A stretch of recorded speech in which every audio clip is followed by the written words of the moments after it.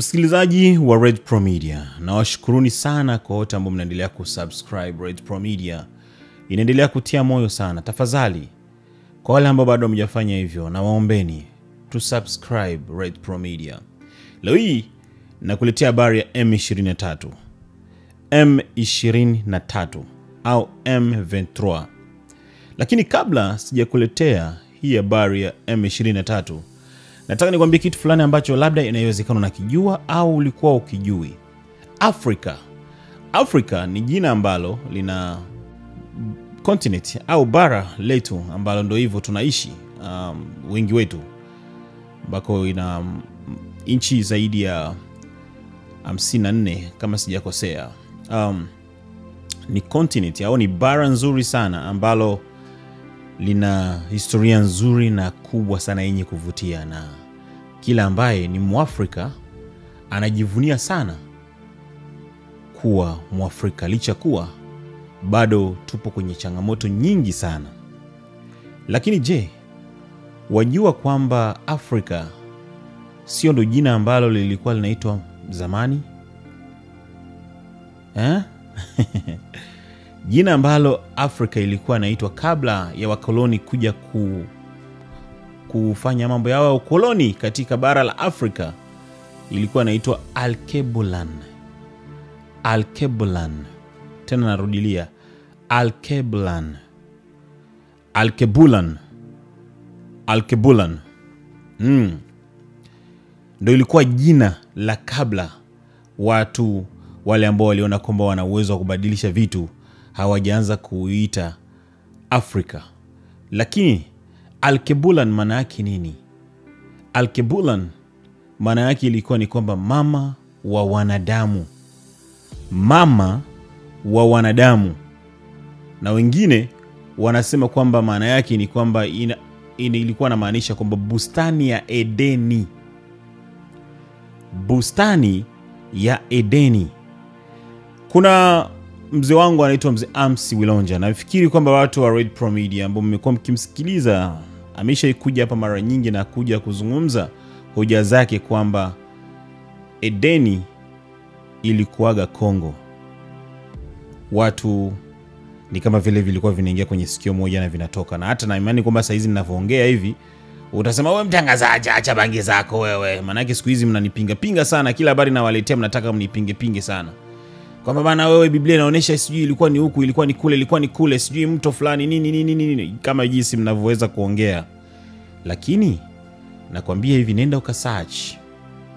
Nenda ukafanye research. Afrika, jina la Afrika lilikuwa linaitwaje? Yaani jina la kabla hawajaita Afrika, bara letu ambalo tunalijua ni Afrika, mwanzo walikuwa wanaliitaje? Utakutana na jina la Alkebulan. Kuispell kwa Kiingereza ni Alkebulan. Yes. Hebu nenda ukaandike, au kwa Faransa ni Alkebulan.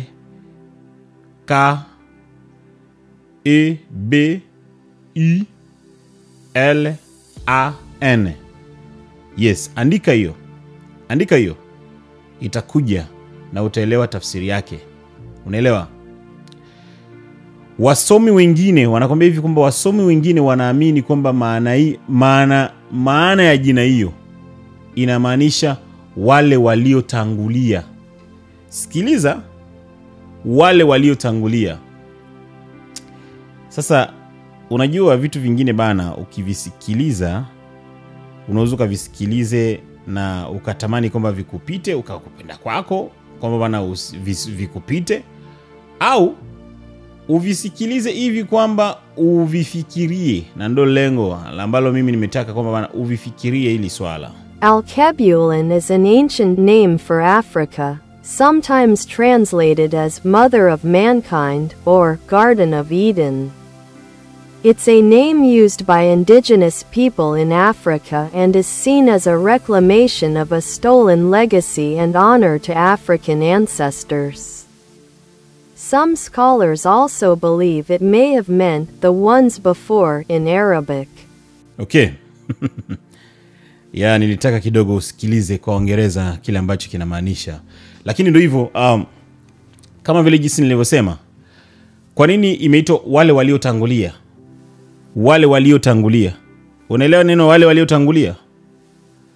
Afrika ina historia nyingi sana. Usifikiri kwa sababu labda umezaliwa Afrika, umeikuta labda sijui haina magorofa kama vile jinsi tunavyoaminisha kwa kuangalia labda bara zingine Marekani na kadhalika, ukawa unaona kwamba wana magorofa, wana nini, kila kitu kile, ukaona kwamba huku ndo kuna maisha huku.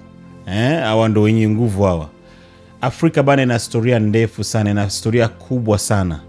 Lakini unaelewa nini unaposikia neno wale waliotangulia?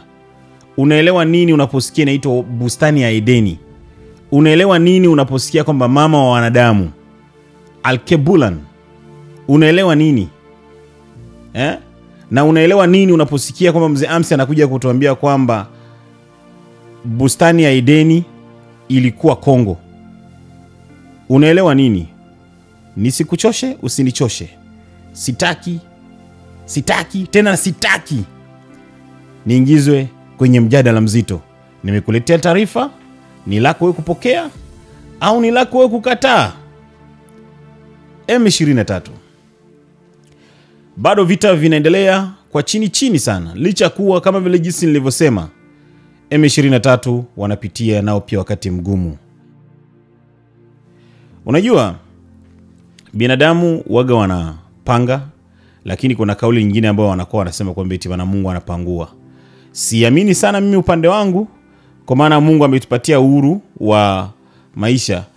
Naweza nikasema mimi naamini kwamba unaweza kupange mipango na isiende vizuri. Sio mpaka eti labda Mungu amekuja kuingilia kwenye mipango yako. Licha kuwa na uwezo wa kufanya hivyo, sikatai kwamba hana uwezo wa kukupangulia mipango yako kwa lengo la mapenzi yake atendeke. Najua. Lakini tumekuwa tukiexaggerate sana kwa kutumia kwamba bana binadamu anapanga, lakini Mungu anakuja kupangua. Labda kwa hili swala kweli Mungu amepangua mipango yao. Kwa maana kile ambacho kinaendelea sio kizuri kabisa kwa M23. Kuna mgongano ambao umekuwa mkubwa sana kati ya AFC na M23 au AFC pamoja na M23. Mgongano umekueje? Ni kwamba Corneille Nangaa bado anataka kwamba mashambulizi yaendelee mpaka wafike Kinshasa, pamoja na jitihada zote, pamoja na mikataba yote, pamoja na pressure zote ambazo zimeshawekwa saizi za kuonesha jinsi gani kwamba mpango huu utakuwa ngumu, pamoja na kwamba na Kine pia wameshatoa japo hata wameshamfungulia Joseph Kabila naye pia kesi. Niliwatangazieni hapa kama vile jinsi mlivyosikia. Lakini Corneille Nangaa anataka mpaka wafike kule wanakoelekea. Ila pia upande wa M23 wanasema kwamba bana sisi tuendelee kushikilia hapa ambako tumeshashikilia kuliko kuendelea kujaribu kuendelea tena na tena. Kitu ambacho wanakuwa wanapingana. Lengo la M23 toka mwanzo, mnakumbuka kipindi kile ambapo walishika Bukavu, ndipo walianza kutoa propaganda au kutangaza bendera la Sud Kivu, Republic of Kivu. Wakaanza kuwa wanaitangaza hiyo bendera Republic of Kivu. Hili ndio ilikuwa mipango yao ya toka awali, na ndio mipango yao ambao M23 wanataka waendelee kuwa nayo, kwamba wanataka wachukue Kivu nzima iwe inchi. Lakini pamoja na hivyo bado hilo swala imeonekana kwamba ni ndoto, tena ndoto la msazi, kwa sababu wamekuwa wakishindwa kufikia malengo yao. Licha ya kuwa chini kwa chini bado wanataka waangalie jinsi gani ya kujikaza, kuangalia jinsi gani ya kuikamata Uvira. Uvira imekuwa patashika. Uvira imekuwa changamoto. Uvira wanakuambia ni kama inaitwa kama ukuta wa Yeriko. Kuibomoa ukuta wa Yeriko ni kazi kubwa sana. Sasa basi, yamekuwa kisikika kwamba wanajeshi wamekuwa wakiwekwa chini kwa chini, wanaanza kuhifadhiwa chini kwa chini katika mji wa Uvira, huku akiwa na lengo moja kwamba watakapoona kwamba wamekamilika, basi wajitokeze hadharani na kuanza kupambana na wazalendo pamoja na FARDC. Hebu tumsikilize huyu mama kile ambacho amekizungumza kuhusiana na swala la Uvira. Pale Uvira pale kwa kuko matatizo sana pale. Bale wa Pastere Daniel bale wapembenya mchipi. Kuko mtu mwenye anatusinyalia huko Kalemi, mule moteli yake Mavenisha Bunda chini ya Rai. Muko amo ba Rwanda bibanikana ule papa na kwaka Munyarwanda na jifuchika kamba Fulero zamani, lakini ni bakwa Banyarwanda ba Rwanda bien akwake Mufulero. Moteli yake Mulongo Mavenisha Bunda. Muko ba soda tele ba Kinyarwanda benalifuchika mule.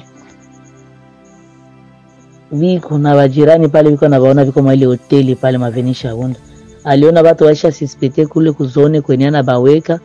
Ndio alibahamisha kwa hoteli yake Mavenisha Bunda Mulongo chini ya barabara. Chini ya Petagone mule Murai pale chini. Mkono wa kushoto kuna shuka. Na sababu jina ile hoteli. Wanasemaga kwamba lisemwalo lipo na kama alipo linakuja. Tena narudilia hivi.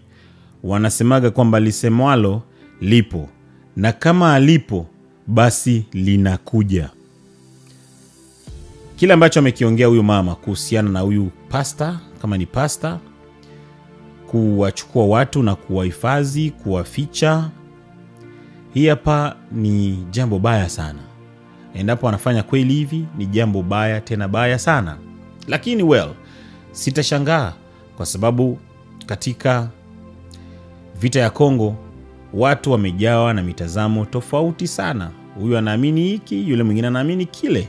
Na ndio kwa maana hapa nilipo mimi nina marafiki zangu wengi sana ambao ni mashabiki wa karibu sana na M23, na nina marafiki zangu wengi sana ambao ni mashabiki wa wazalendo. Vile vile nina marafiki zangu wengi sana ambao ni mashabiki kabisa wa FARDC.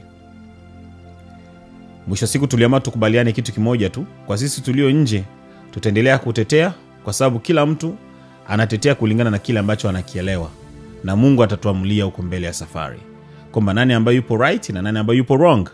Mimi nimeamua kusimama kwa ajili ya kuwatetea wazalendo, lakini kuna wengine ambao inawezekana wanaweza kukuja hapa kwenye Red Pro Media wakasimama kwa ajili ya kuwatetea M23. Kama hito kwa hapa kwenye Red Pro Media, basi unaweza kusikilize pia sehemu zingine ambako pia kuna watu ambao mpaka leo hii wanawatetea M23 na wengine wanawatetea FARDC. Ndio jinsi Mungu alivyotuumba, uelewa tofauti na mitazamo tofauti. Kwa hiyo hata huyu kwa mfano endapo na ili swala kwamba ni kweli kwamba itibana amewaficha kweli watu, sitoshangaa kwa sababu hawa ambao ni marafiki zangu hapa mfano ambao wanashabikia, wana mapenzi na M23, endapo wangepata hiyo nafasi ya kusema kwamba itibana wafiche, wangefanya vile the same thing. Okay?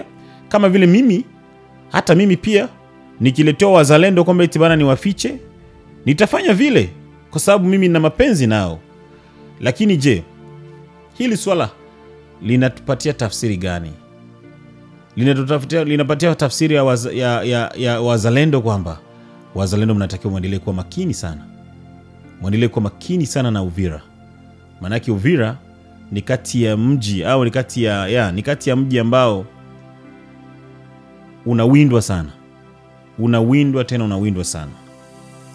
Najua hasira kubwa alionayo M23 saizi ni kwa wazalendo.